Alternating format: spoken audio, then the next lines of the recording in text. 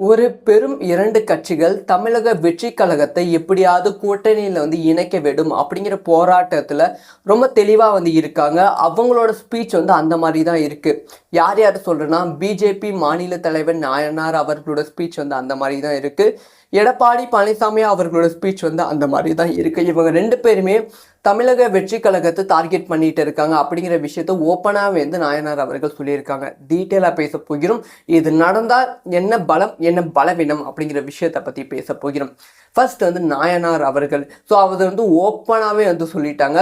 So தமிழக வெற்றி கழகத்தை கூட்டணியில் இணைப்பதற்கான பேச்சுவார்த்தை நடந்து கொண்டிருக்கிறது. இதுக்கான அஃபிஷியலான அப்டேட் ஒரு வருடத்துக்குள் வந்துவிடும் அப்படிங்கிற விஷயத்த நாயனார் அவர்கள் சொல்லிட்டாங்க. ஆனால் இந்த சைடு எடப்பாடி பழனிசாமி அவர்கள் என்ன சொன்னாங்கன்னா, ஸோ நீங்கள் எல்லாரும் எதிர்பார்க்கும் கூட்டணி அமையும், மிக விரைவில் அமையும். எப்படி பிஜேபி கூட்டணி எந்த விதமான செய்திகளும் வெளியாகாமல் திடீர்னு உள்ளுக்குள்ளே நாங்கள் பிளான் பண்ணி வெளியே திடீர்னு அஃபிஷியலாக அனௌன்ஸ் பண்ணுவோம். அதே மாதிரி நீங்கள் எல்லாம் எதிர்பார்க்கும் கூட்டணி அமையும் அப்படிங்கிற விஷயத்த ஃபர்ஸ்ட் டைம் ஓப்பனாக சொல்லியிருக்காங்க. இதுக்கு முன் ஓப்பனாக சொல்ல இப்போ ஓப்பனாக சொல்லியிருக்காங்க.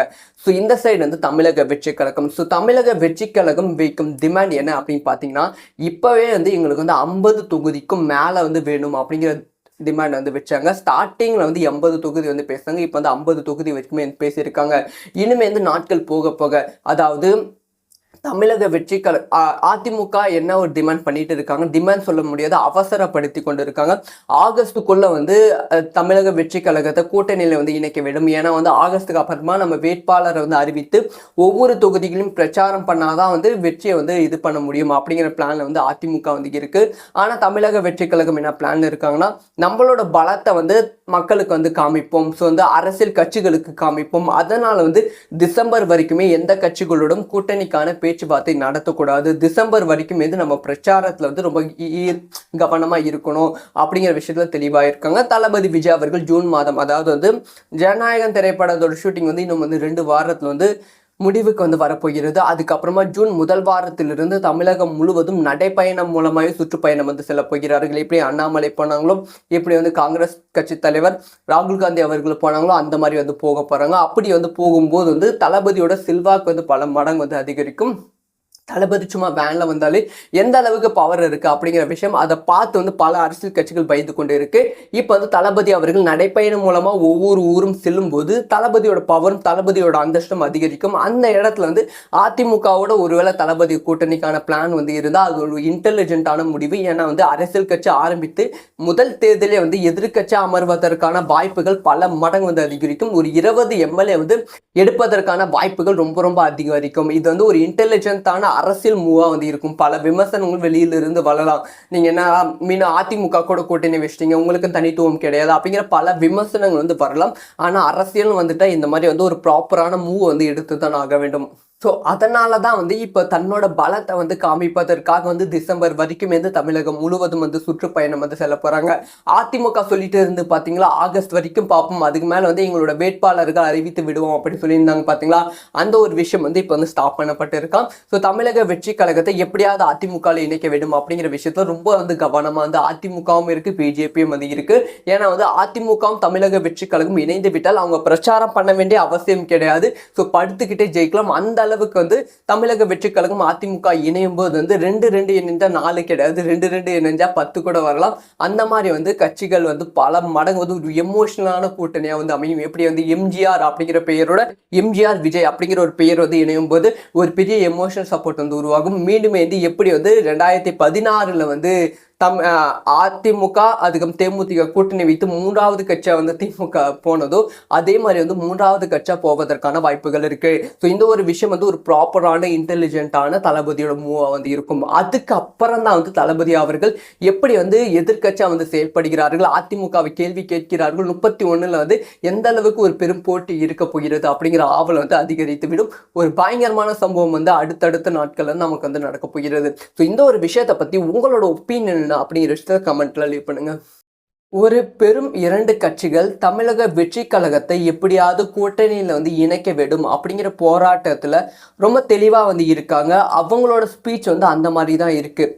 யார் யார் சொல்கிறேன்னா, பிஜேபி மாநில தலைவர் நாயனார் அவர்களோட ஸ்பீச் வந்து அந்த மாதிரி தான் இருக்குது.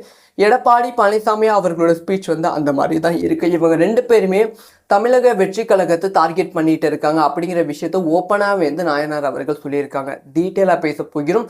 இது நடந்தால் என்ன பலம் என்ன பலவீனம் அப்படிங்கிற விஷயத்தை பற்றி பேச போகிறோம்.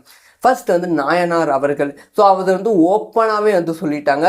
தமிழக வெற்றி கழகத்தை கூட்டணியில் இணைப்பதற்கான பேச்சுவார்த்தை நடந்து கொண்டிருக்கிறது. இதுக்கான அஃபிஷியலான அப்டேட் வந்து ஒரு வருடத்துக்குள் வந்துவிடும் அப்படிங்கிற விஷயத்த வந்து நாயனார் அவர்கள் சொல்லிட்டாங்க. ஆனால் இந்த சைடு வந்து எடப்பாடி பழனிசாமி அவர்கள் என்ன சொன்னாங்கன்னா, நீங்கள் எல்லாரும் எதிர்பார்க்கும் கூட்டணி வந்து அமையும், மிக விரைவில் வந்து அமையும்.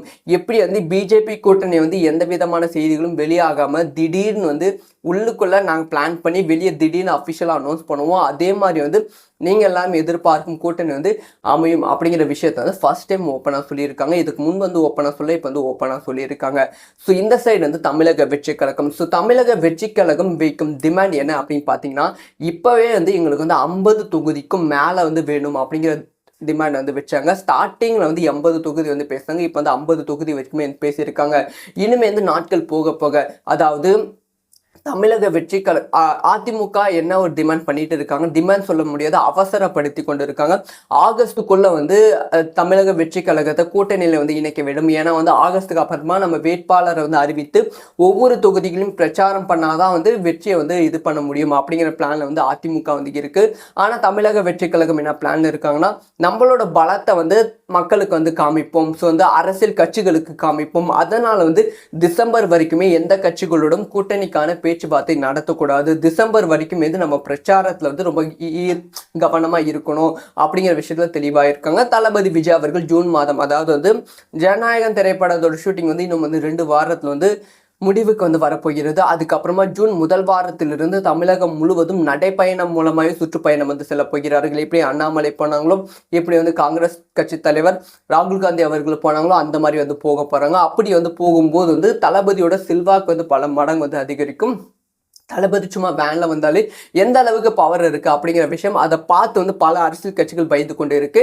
இப்போ வந்து தளபதி அவர்கள் நடைப்பயணம் மூலமா ஒவ்வொரு ஊரும் செல்லும் போது தளபதியோட பவரும் தளபதியோட அந்தஸ்தும் அதிகரிக்கும். அந்த இடத்துல வந்து அதிமுகவோட ஒருவேளை தளபதி கூட்டணிக்கான பிளான் வந்து இருந்தால் அது ஒரு இன்டெலிஜென்ட்டான முடிவு. ஏன்னா வந்து அரசியல் கட்சி ஆரம்பித்து முதல் தேர்தலே வந்து எதிர்கட்சி அமர்வதற்கான வாய்ப்புகள் பல மடங்கு வந்து அதிகரிக்கும். ஒரு 20 எம்எல்ஏ வந்து எடுப்பதற்கான வாய்ப்புகள் ரொம்ப ரொம்ப அதிகரிக்கும். இது வந்து ஒரு இன்டெலிஜென்ட்டான அரசியல் மூவா வந்து இருக்கும். பல விமர்சனங்கள் வெளியில இருந்து வரலாம். நீங்க என்ன மீண்டும் அதிமுக கூட கூட்டணி வச்சிட்டீங்க, உங்களுக்கு தனித்துவம் கிடையாது அப்படிங்கிற பல விமர்சனங்கள் வந்து வரலாம்.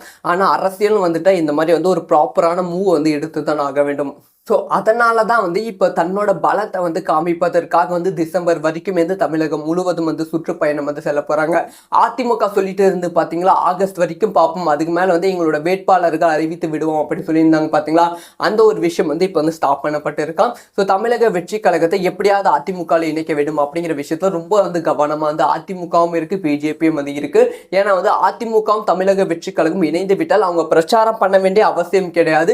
படுத்துக்கிட்டே ஜெயிக்கலாம். அந்த அளவுக்கு வந்து தமிழக வெற்றி கழகம் அதிமுக இணையும் போது வந்து 2 இணைஞ்சா 4 கிடையாது, 2 இணைஞ்சா 10 கூட வரலாம்.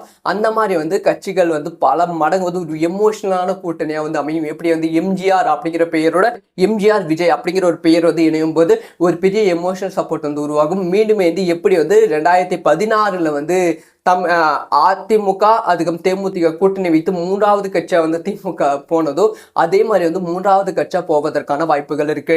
இந்த ஒரு விஷயம் வந்து ஒரு ப்ராப்பரான இன்டெலிஜென்ட்டான தளபதியோட மூவா வந்து இருக்கும். அதுக்கு அப்புறம் தான் வந்து தளபதி அவர்கள் எப்படி வந்து எதிர்கட்சியா வந்து செயல்படுகிறார்கள், அதிமுகவை கேள்வி கேட்கிறார்கள், 31 வந்து எந்த அளவுக்கு ஒரு பெரும் போட்டி இருக்க போகிறது அப்படிங்கிற ஆவல் வந்து அதிகரித்து விடும். ஒரு பயங்கரமான சம்பவம் வந்து அடுத்தடுத்த நாட்கள் நமக்கு வந்து நடக்க போகிறது. இந்த ஒரு விஷயத்தை பத்தி உங்களோட ஒப்பீனியன் அப்படிங்கிற கமெண்ட்ல லீவ் பண்ணுங்க.